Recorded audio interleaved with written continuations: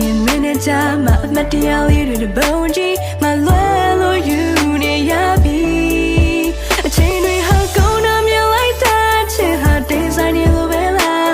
ရာရာကိုပုံဖော်နိုင်တဲ့စွမ်းတတ်တီလားအနောက်ပြန်ရင်လို့ရရင်မင်းနဲ့ငါရဲ့အမတ်တရားလေးတွေပြန်ပြီးဖန်တီးကြည့်ချင်လိုက်